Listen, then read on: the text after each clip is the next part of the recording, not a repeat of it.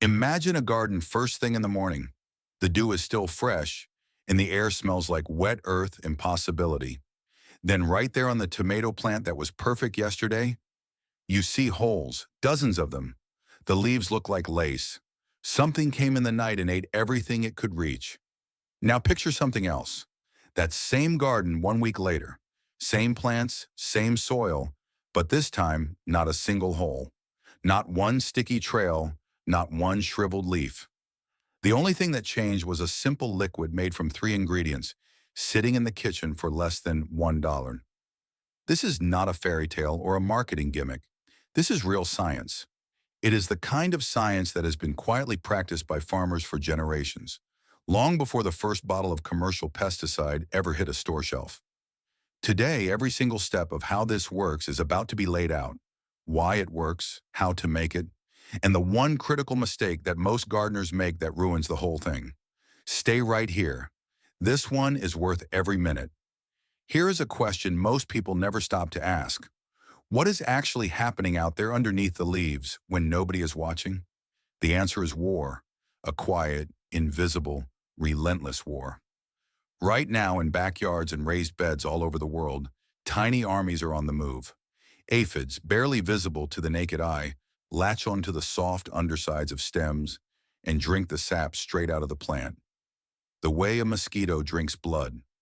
A single female aphid can produce 80 offspring in 1 week, and she does not even need a mate to do it. Spider mites spin webs so fine they are almost invisible, slowly suffocating the leaves they cover. Caterpillars chew through foliage like tiny, relentless machines. Every single night while the gardener sleeps, these invaders multiply. Globally, just one species, the diamondback moth, causes an estimated $4 to $5 billion in crop damage every year. That is not a typo. Billions from a moth most people have never even heard of. So what does the world do about it? For decades, the answer has been the same. Spray chemicals, stronger chemicals, and more chemicals. For a while it works. The pests die, and the garden looks clean. But here is what almost nobody talks about. The weakest insects die first. The strong ones survive, they breed, and their children inherit that strength. Within just a few generations, the same chemical that wiped out their grandparents does nothing to them at all. Scientists call this pesticide resistance. Farmers call it a nightmare. And it gets worse. Those chemicals do not just kill the pests, they kill everything. They kill the ladybugs that eat aphids by the hundreds, the bees that pollinate every third bite of food on the dinner table, and the butterflies that make a summer garden feel alive. Spray enough poison, and eventually the garden has no defenders left. Just the pests, and they are stronger than ever. There is a phrase that old-timers have been saying for a long time. The quick fix is the slow disaster. In gardens and in life, that has a way of being true more often than anyone would like. So if chemicals are not the answer, what is?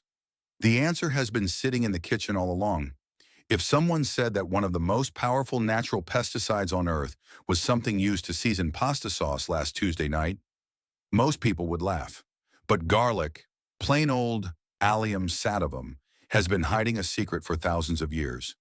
The ancient Egyptians fed garlic to their pyramid laborers to keep them strong and free from infection.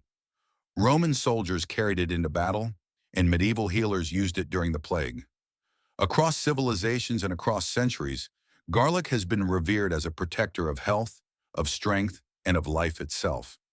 It turns out plants need that protection too. Here's the fascinating part. A whole unbroken clove of garlic is almost odorless. Sitting on a countertop, it does nothing remarkable. But the moment that clove is crushed, the moment the cell walls break open, something extraordinary happens. An enzyme called alliinase meets a compound called alliin, and together, in a rapid chemical reaction, they create allicin. Allicin is a volatile sulfur-based molecule that is one of nature's most potent defensive weapons. Allicin is antimicrobial and antibacterial, and for insects it is devastating. When allicin hits the air around a plant, it overwhelms the finely tuned sense of smell that pests rely on to find their food. The plant quite literally becomes invisible. The aphids cannot find it, the moths cannot locate it, and the scent trail that led them to the garden in the first place is completely scrambled. But allicin does not stop at camouflage. For insects that do land on a treated plant, it acts as a direct irritant, disrupting their metabolism, destroying their appetite, and making the surface of every leaf feel hostile and unbearable. And here is the detail that changes everything for anyone worried about safety. Allicin is toxic to most destructive insects, but completely harmless to humans and pets. The garlic that seasons dinner is the same garlic that protects the garden. Nothing synthetic, nothing dangerous, just nature doing what nature has always done. There is something quietly beautiful about that. The most powerful thing inside a clove of garlic does not even exist until the garlic is crushed. Garlic alone is a formidable weapon, but what if there was a way to take it from strong to unstoppable? There is, and it is sitting right next to the garlic in the pantry. Hot chili peppers or capsicum frutescens. These are the same little red firecrackers that make salsa burn and curry sting. Try something sometime. Slice a fresh chili pepper in half and place it near a line of ants. Count to 10. They will scatter. Not walk away, but scatter like someone set off an alarm. The compound responsible is called capsaicin. It is the molecule that gives hot peppers their fire. Humans have learned to enjoy it, but for an insect, it is a nightmare that does not end. Research has shown that capsaicin locks onto specific pain receptors in an insect's nervous system. Receptors called TRPV1 channels. To the insect, what hits them is not a flavor or a mild discomfort. It is the sensation of being on fire. Real, unbearable, all-consuming fire. The insect stops eating immediately. It abandons the leaf, the stem, and the flower. It flees. In higher concentrations, capsaicin does not just repel. It damages their cell membranes, causing paralysis and death. All of this happens without leaving a single drop of toxic residue on the vegetables. When garlic and chili come together in a single spray, something special happens. The garlic provides the invisible shield, masking the garden and scrambling the scent trails, making every plant a ghost.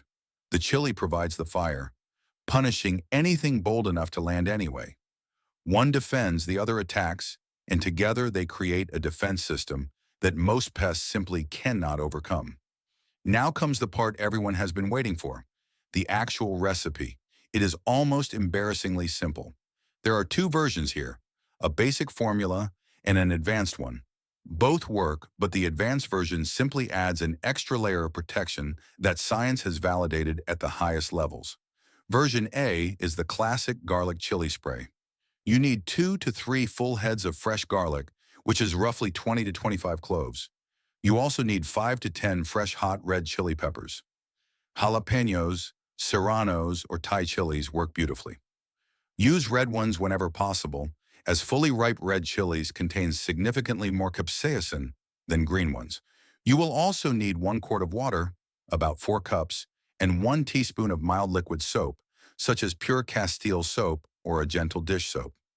Version B is the Advanced Neem Boost. This includes everything from version A plus 2 teaspoons of cold-pressed neem oil. Why neem? Because neem oil contains a compound called azadirachtin, which disrupts the growth cycle and reproductive system of insects. It does not just repel or kill the pests that are there now. It prevents the next generation from ever hatching. The U.S. Environmental Protection Agency, EPA, has officially recognized neem oil as an effective and safe organic pesticide. That is not folklore. That is federal-level science. The process begins with putting on gloves. Capsaicin and eyes are a combination nobody wants to experience firsthand. Take the garlic cloves and the chili peppers, leaving the seeds and the inner white ribs of the chilies intact, as this is where 80% of the capsaicin lives. Chop everything roughly, then blend it or crush it thoroughly with a mortar and pestle. The goal is to break every cell wall, releasing as much allicin and capsaicin as possible. Place the crushed mixture into a glass jar. A mason jar works perfectly, and pour the water over it. Here is a tip that most recipes leave out. Use distilled water or collected rainwater, if at all possible. The chlorine, calcium, and hard minerals in regular tap water can bind to capsaicin molecules and reduce their potency. This one small step can make the difference between a spray that works and a spray that barely does anything. Seal the jar and let it steep in a dark, cool cupboard for 24 to 48 hours. This resting period allows the water to extract every last drop of those volatile oils. After steeping, strain the liquid through a fine mesh strainer or cheesecloth into the spray bottle. Squeeze the pulp, as there is still good medicine in there. Add the teaspoon of liquid soap and the neem oil if using version B, and swirl gently. The soap is not optional. Garlic oil, chili oil, and neem oil do not naturally mix with water. They separate. The soap acts as an emulsifier, its molecules grabbing onto both the oil and the water, binding them together into a uniform solution. Even more importantly, the soap breaks the surface tension of the liquid, allowing it to cling to the waxy surface of leaves and directly coat the bodies of insects instead of just beating up and rolling off. Without the soap, half the spray ends up on the ground. With it, every drop sticks where it matters. This right here is the part that separates the gardeners who swear this recipe is a miracle from the gardeners who say it does not work. It comes down to one word: timing. This spray contains natural oils and potent plant compounds. If it is applied in the middle of the day when the sun is high and the temperature climbs above 85 degrees Fahrenheit, those oils will intensify the sun's heat on the leaf surface. The capsaicin reacts with the plant's chlorophyll, and instead of protecting the leaves, the spray burns them. Scientists call this phytotoxicity. Gardeners call it heartbreak. This is the #1 mistake people make. They take a perfect batch, rush outside at noon on a hot day, spray everything, and wake up the next morning to scorched, wilting plants. Then they blame the recipe. The recipe was fine. The timing was wrong. Here are the 3 rules that make all the difference. Rule 1. Spray early or spray late. The best windows are between 6ish and 9 in the morning or in the soft light of evening after the sun begins to set. Cool air and gentle light mean no damage. Rule 2. Spray the undersides. This is where 70% of pests, aphids, whiteflies, and spider mites hide, feed, and lay their eggs. Spraying only the tops of the leaves is like locking the front door, but leaving the back door wide open. Lift the foliage and get underneath. That is where the battle is won. Rule 3. Repeat every 4 to 5 days or after rain. This is not a synthetic chemical that bonds to the leaf permanently. It is a natural treatment. Rain washes it away, and time breaks it down. Consistency is what makes it work. Apply until the liquid just begins to drip off the leaves. Thorough but not flooding. Follow these 3 simple rules and the results will speak for themselves.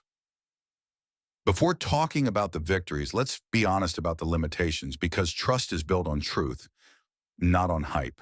This spray works by penetrating soft tissue and overwhelming the nervous system of small, soft-bodied insects. That means there are some creatures it simply cannot touch.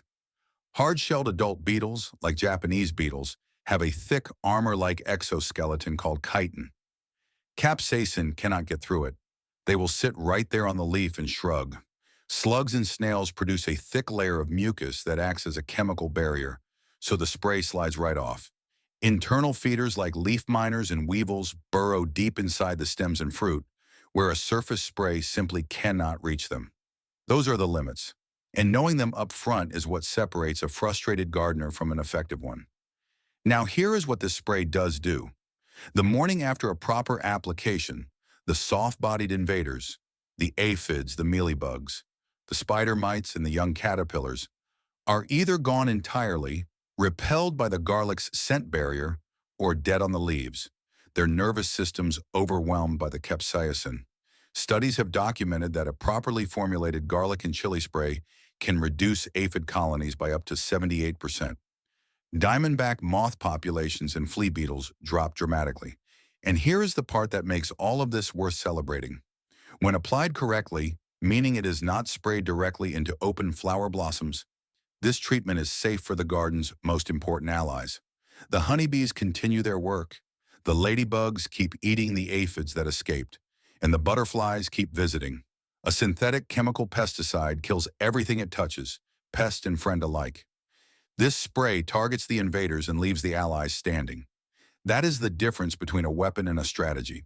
There is a reason this kind of knowledge does not get the attention it deserves.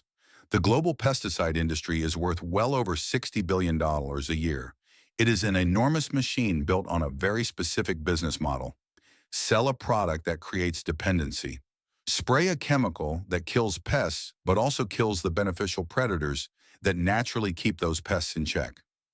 Degrade the soil's natural immunity, and when the pest problem comes back worse next season, as it always does, sell another bottle and another and another. It is a cycle, and it is enormously profitable. A homemade spray made from kitchen ingredients for less than $1 does not fit that model. Nobody can patent garlic. Nobody can put a trademark on a chili pepper. There is no recurring subscription for a jar of crushed cloves. And that is exactly why this matters.